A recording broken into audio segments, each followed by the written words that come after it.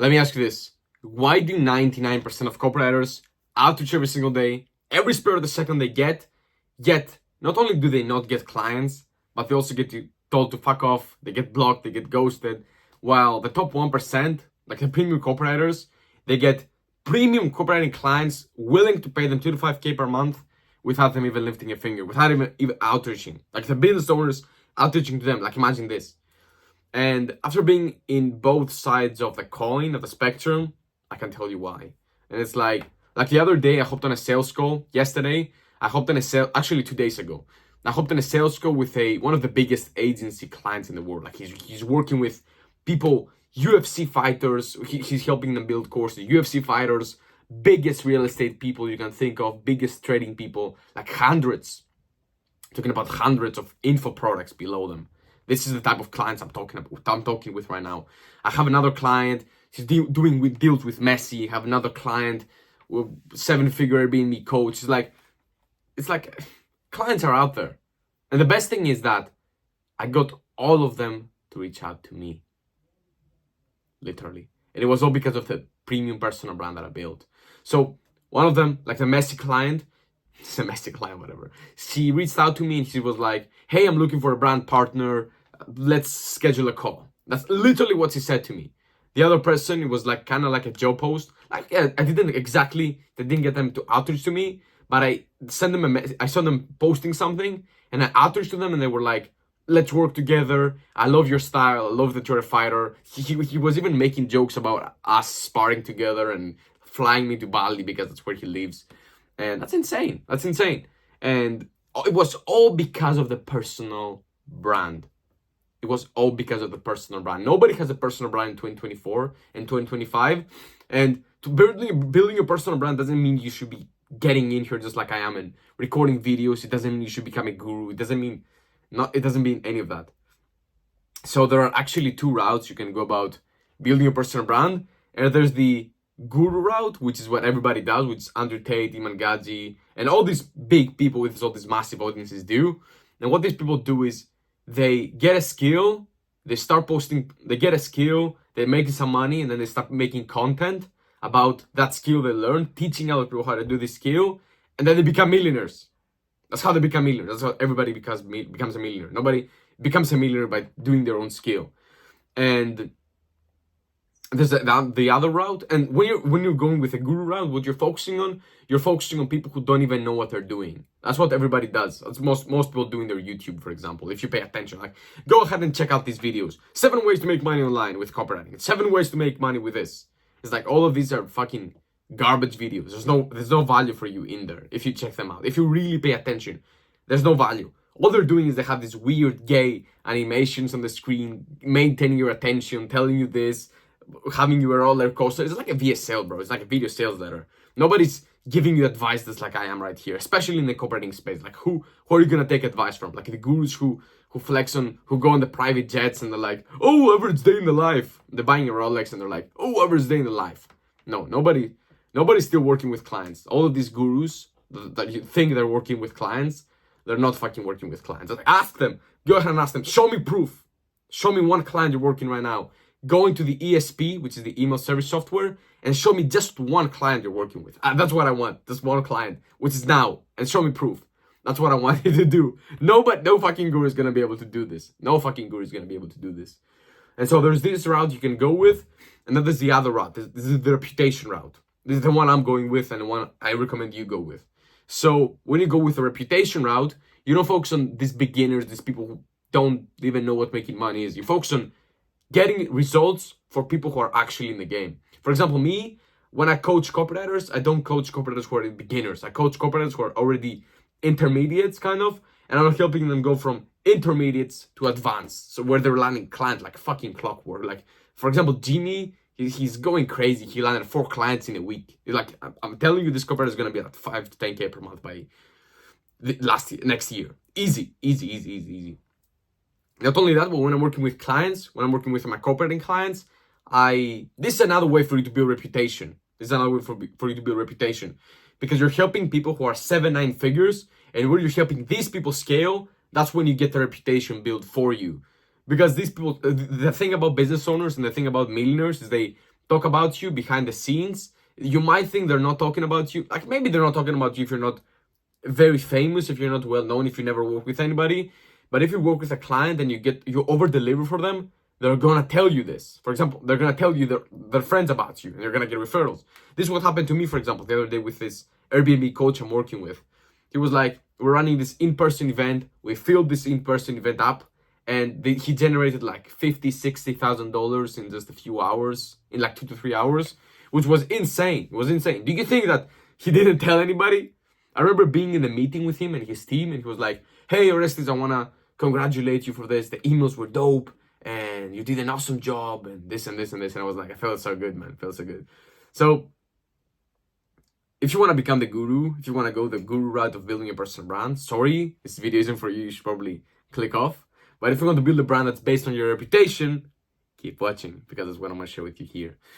So first of all, you have a clear profile picture. And I'm also going to assume you have no brain cells, not in a bad way. I'm also going to assume that you don't know anything about building your personal brand. So I'm going to tell you everything you need to do. So first of all, have a clear profile picture. I don't want you to have no 144 pixels shit. Now, of course, if you have no phone, you probably have a phone. But if you have a phone with not a good camera, what I recommend you do is either go to one of your friends who does have a good camera and borrow it from them for like a few hours. It's like, it's not going to work. It's nothing serious. Or even better, just take them with you and take them to get a picture of you and then post it. It's like, it's impossible for you not to have at least one friend who has a good phone. It's not possible.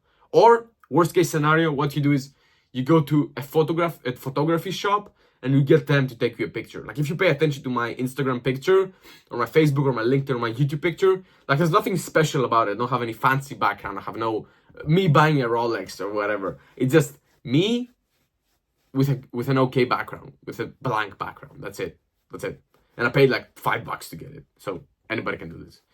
Then what you do, you start posting content that reveals your personality, not so much about your skill. Because the way I got these clients, the messy client and the other one, which I'm about to get, which is going to be a 5-10K per month opportunity, is by me posting about my personality. Like the thing that everybody likes about me, all of my clients, is that I'm a fighter. Because they're like, oh, fighter, they have this mindset, they want to crush it for me, and they have this attitude, and I love it, and they don't give up. And that's what they're telling me. That's what everybody tells me.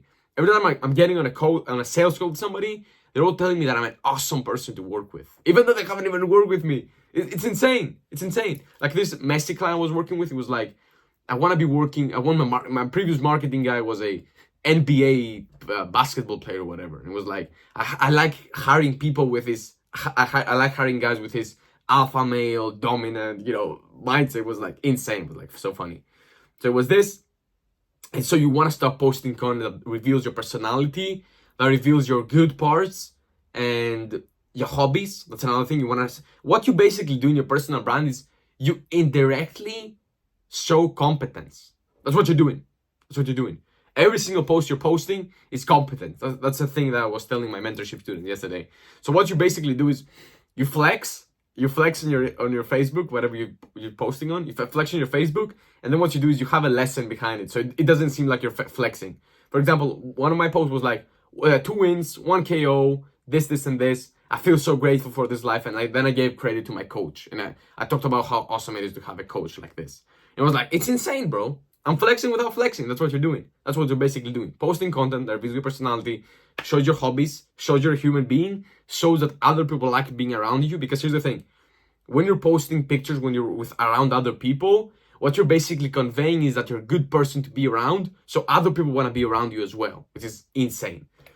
So the third thing is you want to start adding some friends or doing some follow for follow to grow an audience so you seem more credible. Because if you have 0 friends, then who the fuck sees your content? And for example, I recommend going on Facebook. And the way you find friends on Facebook is you go to the search bar, you type some keywords that your ideal client would search for. If it's, for example, business owner, you might want to search something like how to grow my business to 8 figures, how to grow my business 7 figures. Then you join the Facebook group and then you start farming business owners. That's basically what you do. And then you keep doing that again and again and again and again. And you build an audience. For example, I have 4,000 friends and I haven't even been doing this for a year. It's like insane. Then what you do is you interact with other people and you start opening up conversations with them. So when you say interact with other people, I mean, you comment on their stuff, you like their stuff, you They reply to their stories and you try to have a conversation with them. Now, there's a big difference. You don't have a secret agenda. That's the worst mistake you can do.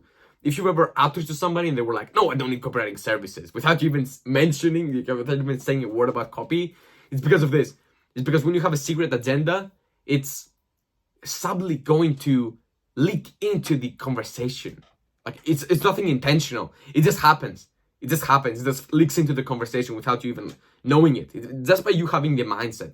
If you stop having the secret agenda mindset and you just, okay, I'm here to build a relationship, then it's gonna be so easy for you to start building a relationship and start building your personal brand and your reputation. It's gonna be so fucking easy for you to do that. So once you open conversations and you start interacting with people's content, the last thing you want to do is you want to become as valuable as you can to everybody and without asking for anything in return. This is what I told you about right now. You don't have a secret agenda. You don't have a secret agenda to get somebody to buy from you. All you're doing, you're viewing this as a long-term activity, because building your personal brand is the most long-term activity you can do. It's the most important thing you can do. Because think about Alex Hormozy, think about Andrew Tate, think about Iman Gadzhi. They're all posting content for like 5-10 years.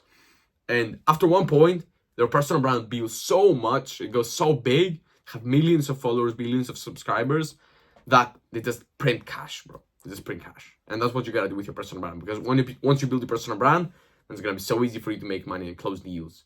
Because once you build your personal brand, and the thing about personal brand is, what it really is you building a relationship and connections with people who are important on your field or your dream clients. That's basically what you do.